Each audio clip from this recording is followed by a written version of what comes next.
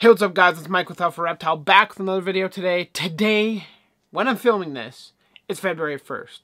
For you guys, it's probably like, I don't know, mid-February. I just wanted to mention before we get into seeing all the new animals and going over all the changes that have happened in the last 24 hours, if you haven't followed me on Instagram, make sure to follow the link on screen, or there is also a link if you click the Show More tab in the description down below for you guys to go check out. In addition to that, I would always recommend subscribing because we got some incredible content coming out in the next few weeks to a month here, so I'm sure you guys will be stoked to have that.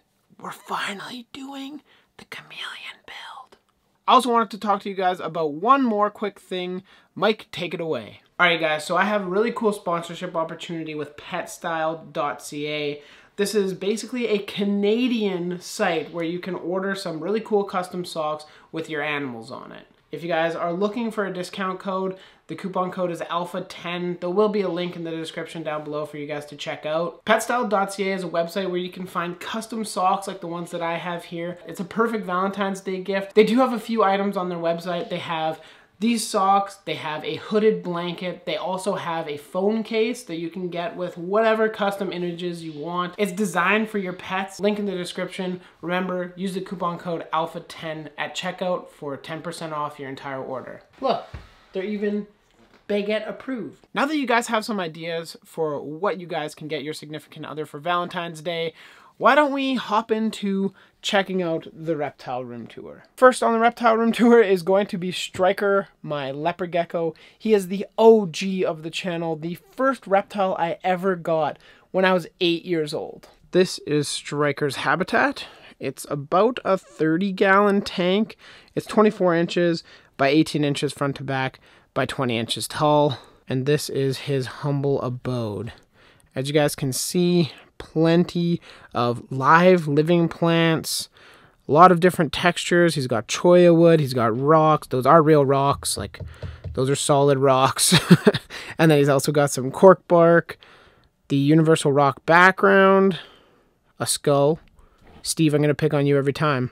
Let me know in the comment section what you guys think about the skull. Do you guys like it? Do you not like it? I don't know, you tell me. But this is his tank. He's doing incredible. He's probably about to come out for food right now.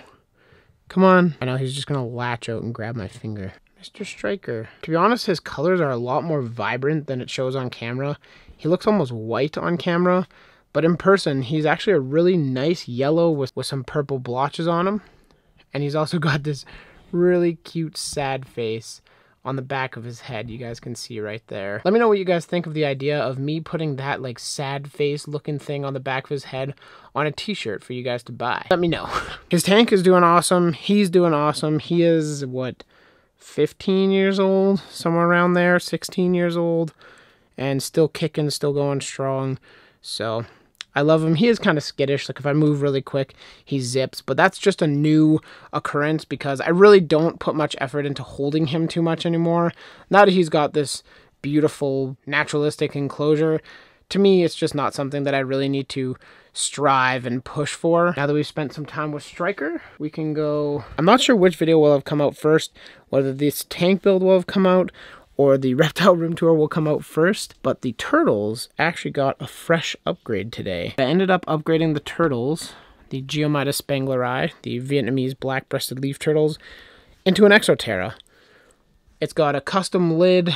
Half of it, or just over half, is glass, and then the front half is actually screen, but a UVB bulb is over top of that, so it covers up a lot of that as well, which is nice because it keeps in a ton of humidity. But this is Drax down there. That is Drax's beautiful jewel orchid. Love the jewel orchid. It looks epic. They're both pretty simple. If you guys haven't seen the video, I'll make sure to link it above in the card up top there.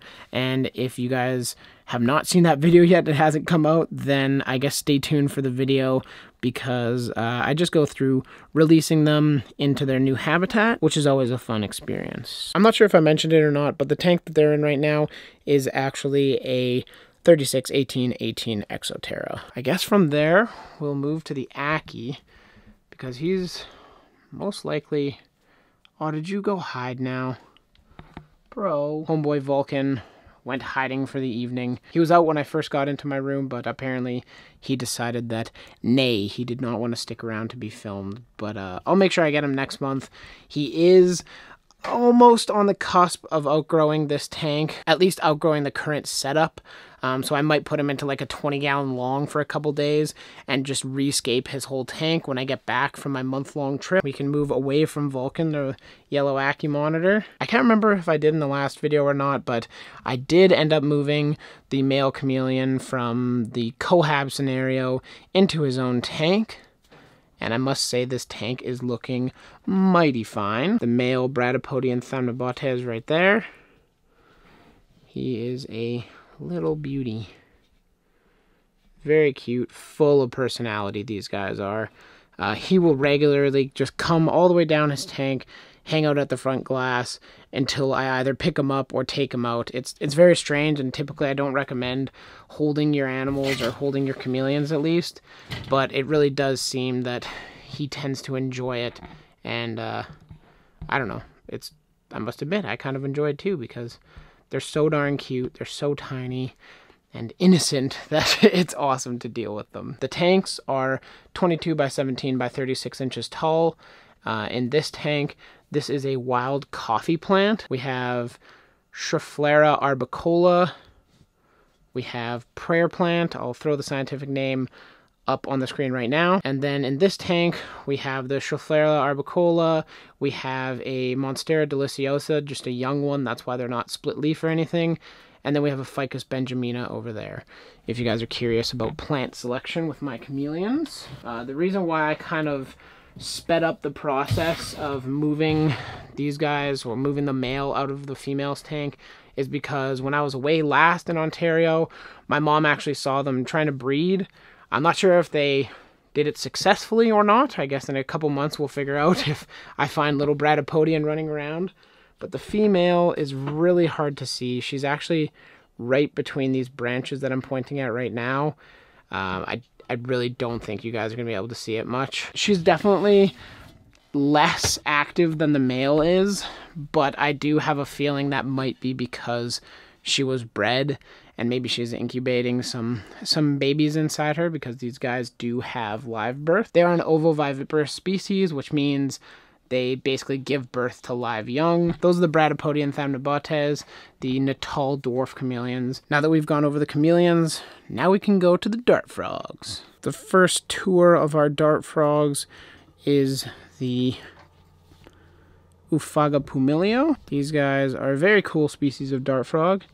They are egg dependent, essentially, or egg eating is what their scientific name means. You can see the little one in the little cup back there, chilling out. I was hoping that there'd be some bouncing around, and there probably is at the very back of the tank. But these guys are still doing great. They're still laying eggs. They're still rearing tadpoles. Continuing on with the theme of dart frogs, this is my other dart frog tank. These are the Dendrobates citronella. These guys are a large species of dart frog, as you can tell. Dendrobates tinctoria citronella is their full name. They are absolutely stunning frogs.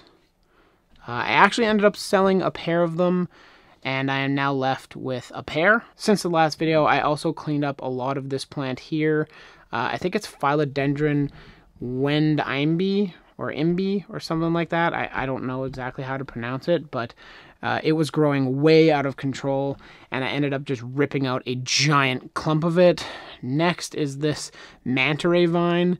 It's growing absolutely insane. I'm one of like 3 people in Canada that has it. So if you are interested in cuttings or anything along those lines, make sure to send me a message on Facebook or Instagram or really anywhere, and I'll be able to get back to you and sell you some really rare, really cool vine. You're right up front. How are you, bud? Super bold frogs, really cool personalities, and definitely a great beginner species if somebody's looking to get into the hobby. And the last few dart frogs that I have are a couple Ufaga pumilio froglets. This one is ready to sell, ready to go to anybody who's interested. And then I do have one other one. He's just a little tiny guy, but I don't see him right now, so I can't show you guys him, but he's like half the size of this guy if not even less than half. So really cool frogs, just in a little tiny, I guess, rearing setup. There's just a ton of plants and yeah, a couple little babies. The next reptile on the tour is Tiggo, the Crested Gecko. I will say before we get into it, if you guys are interested in purchasing Tig, I'm considering letting her go to somebody local to me. So if you're in Calgary and can prove to me that you are a good, responsible owner, then I would be willing to sell her with all of her setup, everything that you guys would need. That is something that I've been considering. However, it's not going to go to just anyone. I'm not even looking for a high price or anything like that. I just want to make sure that she goes to a good home. I just wanted to throw that in there. If you guys are interested and you live in Calgary or around the area, let me know. Tig, I believe, is at the back there. You can see her vent there. I don't want to bug her too much right now. I showed you guys her. This is her setup though. It is an 18-18-24 PVC terrarium with ventilation in the back. Obviously you guys can see the entire setup. So I got live plants in there, we got wood, we got everything that you'd need for a Crested Gecko, and she actually just made herself visible all the way at the back there. That's Tig, the Crested Gecko. The shell is a Hermann's tortoise, Testudo hermanni. His tank is 5 feet long, it is 2 feet front to back, and it's 16 inches tall. When I move, I'll be building him probably a bigger setup if he moves with me. But, because I know I'm going to get called out for it or like posted on forums or something. This is his bathing bowl. That's his water dish. He dumps his water dish every day. His bathing bowl is dirty. I clean this every day. I don't bother with that. It's certainly not a small tortoise pen. I would like it to be a bit bigger, which might surprise some people, but I really do think that tortoises do need as much room as possible. He's got a solar glow there, so that provides some of the UVB. He also has a 10% UVB bulb hanging down below there, and then that bulb over there is, well, it's literally just to grow that Dracaena, but as you can see how that's going, it's just kind of growing into the light, so it's not really doing much. I might actually cut it back a little bit more and then see how it grows from there. But that's Shell. Shell, we never actually saw you. You should probably come out. Here, let's show you off to the peeps. There we go. Do you want to chew on some feet? He's 5 years old?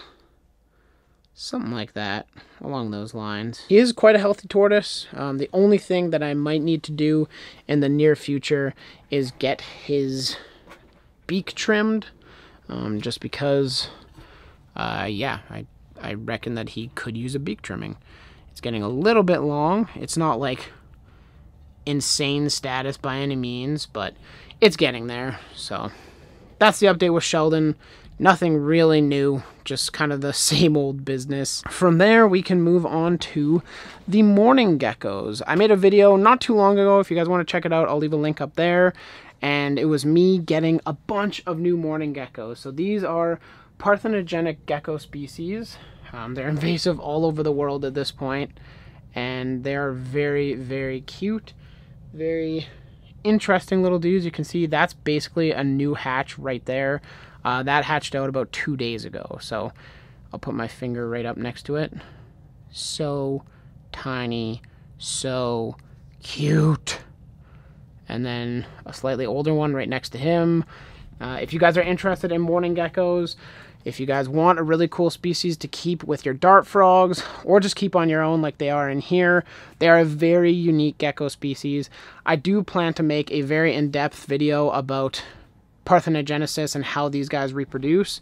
It's very fascinating, and I think those of you that enjoy science will enjoy that video as well. I do have 2 tanks with these guys. I just bought this tank. There's about 9 to 10 in here, so if you guys are interested, like I said, shoot me a message on Instagram and I will get to you with pricing and whatnot. There is a second tank here of the same species, Morning's Gecko.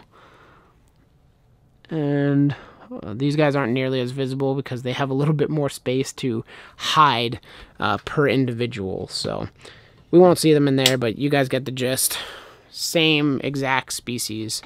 Now that I see that Dixon is out, I will show you guys him as well. Dixon is my Uromastyx guntheri. He is a very rare species of Uromastyx in Canada. I will mention that if you guys are interested in him, I would consider letting him go, again, to somebody who hopefully knows what they're doing. I am willing to export to the States for him, but it's not going to be cheap, like not cheap at all. So if you think it's only going to be a couple $100, you're wrong. His tank is a 12-12-18. It's actually a Zoom Ed this time, my only Zoom Ed tank that I own. I can't say I like it, but it's here. Very cool, very rare species of leaf-tailed gecko, especially in Canada. Normally Dixon's not actually out when we do these videos, so it's kind of nice to actually see him once again. He was also down there where my plant tank is currently. We're on the final stretch of the reptile room tour. Up top here, we have our beautiful, beautiful female Uromastyx. This is Olga. She's a very pretty girl. She is also hopefully carrying some eggs, which is why she looks like a frickin' land whale. This is their tank. It's a 4x2x18. Hopefully she'll be having some babies pretty darn soon. Wait until the day I get back, okay? That would be great. And second to last, we have Sky, the Maruka blue-tongued skink. He's kind of slowing down. It's getting kind of cool in my room because it's wintertime here in Canada. He has a plate of food. He's ate a little bit of it, not a ton, but he's mostly spending his time just chilling in the cool side of his enclosure. Not a lot's changed since I planted it, which is good. Live planted blue-tongued skinks. It can be done. Look. Boom. Not that it's super healthy, but it's there, okay? It's there. That's what counts. The last ones are the incredible Crested Gecko, which are found up top in this bin. I'm gonna pull this bin down to show you them. Alrighty, I got the bin down. I mean, pretty decent for a bin, I would say. I reckon this is a pretty solid bin setup for some really cool frogs. The giant plant that you can see is Begonia Metallica. It's doing really well in this bin. It wasn't doing very well for me anywhere else, but I threw it in here. And I mean, you can see that's the size of my hand, and the leaves will like double this size, so. I ended up throwing one down in the turtle tank down there because I'm hoping that it starts to grow. But anyways, these are the very interesting species of frogs that I own. They are Crested. That's the smaller one. That's what we think is the male. Female is a 100 sneak little girl. She knows how to hide, so she didn't show up on camera. I saw her, of course, but you guys weren't able to see her visually. She is down there. She's doing awesome. These guys are wicked. I cannot wait. I'm going to be upgrading them bins here probably before I leave if I have time. If not, right when I get home. And then they will be going when I move into a giant enclosure similar to one of those. I'll actually be showing you guys how to build these tanks that I built. The glass, the sliding doors, everything. So, but for me and the Crested Gecko down here, that's going to do it for this reptile room tour. I hope you guys enjoyed. I had a blast filming it. I did go a little bit more in detail than a lot of times when I film these, so I hope you guys enjoyed. If you did, smash the like button. If you have any questions, comments, concerns, anything like that, leave them in the comment section down below. While you're down there, you might as well click the subscribe button because you know that some epic YouTube content is coming at you. I'll be building the Reptarium, so maybe some sneak peeks behind that. There's a lot of cool stuff that's going to be happening in the next month or so, so make sure you click the subscribe button, play Ding Dong Ditch with the doorbell next to it. That way you get notified every single time I post a video. Thanks for watching, guys. We'll see you in the next one. Later.